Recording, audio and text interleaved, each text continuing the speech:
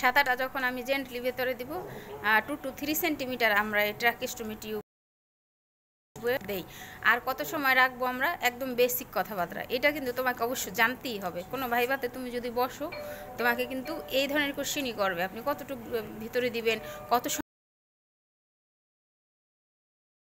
কি কি খেয়াল রাখবেন। হ্যাঁ, তো এই সাকশন যখন আমরা দিব 2 to 3 সেন্টিমিটার ট্রাকিস্টোমিতে যখন দিব এটা, আর 5 to 10 সেন্টিমিটারের মতো, যখন 10-15 সেন্টিমিটারের মতো আমি এন্ডোট্রাকিয়াল টিউব যখন দিব, সেই এন্ডোট্রাকিয়াল টিউবে দিব।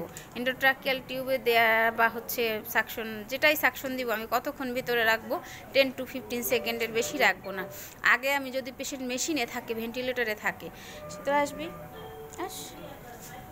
দুইটাই, যদি মেশিন ভেন্টিলেটরে যদি থাকে, সেই পেশেন্টগুলোকে আমরা কি করব, যে হাইপার ভেন্টিলেট করি আমরা। 100% যে ভোলাস ওখানে দেখাইতেছি, দাঁড়াও, ভেন্টিলেটরে সেই 100% ভোলাস আমরা অক্সিজেন দিয়ে নেব পেশেন্টকে, এক্সট্রা আমি তাকে দিয়ে নিলাম। কারণ যখন আমি তাকে সাকশন ক্যাথেটার ইনসার্ট করব, পেশেন্ট কি খারাপ হতে পারে, অবশ্যই আমি পালস অক্সিমিটার পেশেন্টের হাতে লাগাবো। কারণ যখন আমি সাকশন শুরু করি, ওই পেশেন্টগুলো কি রেসপিরেটরি রেট বেড়ে যায়, তারপর হচ্ছে তোমার স্যাচুরেশন ফল করে, আবার হচ্ছে তোমার বিপি কমে যায়। এই কাজগুলো 3টে জিনিস অবশ্যই আমাকে সাকশন দেওয়ার সময় খেয়াল রাখতে হবে।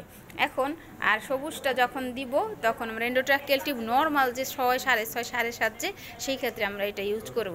আর যদি জেনারেল পেশেন্ট হয়, একদমই তার কিছুই নেই নর্মালি, তখন আমরা এই যে 14 সাইজের এইটা প্রিফার করে থাকি। তো আরও অনেক সাইজ আছে, আমার হাতে অ্যাভেলেবেল নেই, তোমাদের এইটা দেখাইতে পারলাম না, যেহেতু আমার নিউনেট আর পেডিয়াট্রিক ওয়ার্ড না, সাদাটা আছে। তো আইসিইউর একজন নার্সকে অবশ্যই জানতে হয় যে সাকশন, তারপর সেন্ট্রাল সাকশন দিয়ে কীভাবে দিতে হয়, ভেন্টিলেটর বেসিক অবশ্যই, তারপর অক্সিজেন থেরাপি কত ধরনের অক্সিজেন, তুমি 7 দিন 14 দিন যেটাই থাকো, প্রতিটা জিনিসের যদি বেসিকটুকু আমি চেষ্টা করি শেখানোর জন্য, তোমরা যদি এই নিটটুক নিয়ে যাও, তাহলে তুমি একটা জায়গায় ভাইবার টেবিলে বসলে আমার মনে হয় না যে খারাপ কিছু হবে বা চাকরি তোমার হবে না। কারণ এখন কিন্তু সব কিছুই চ্যালেঞ্জিং, তুমি যত বেশি ক্লিনিক্যাল প্র্যাকটিস ভালো পারবে, যত এক্সপার্ট হবে, তোমাকে কিন্তু সবাই তোমাকে চাকরিতে ভালো অপরচুনিটি, ভালো স্যালারি দিয়ে সেখানে তোমাকে নিবে।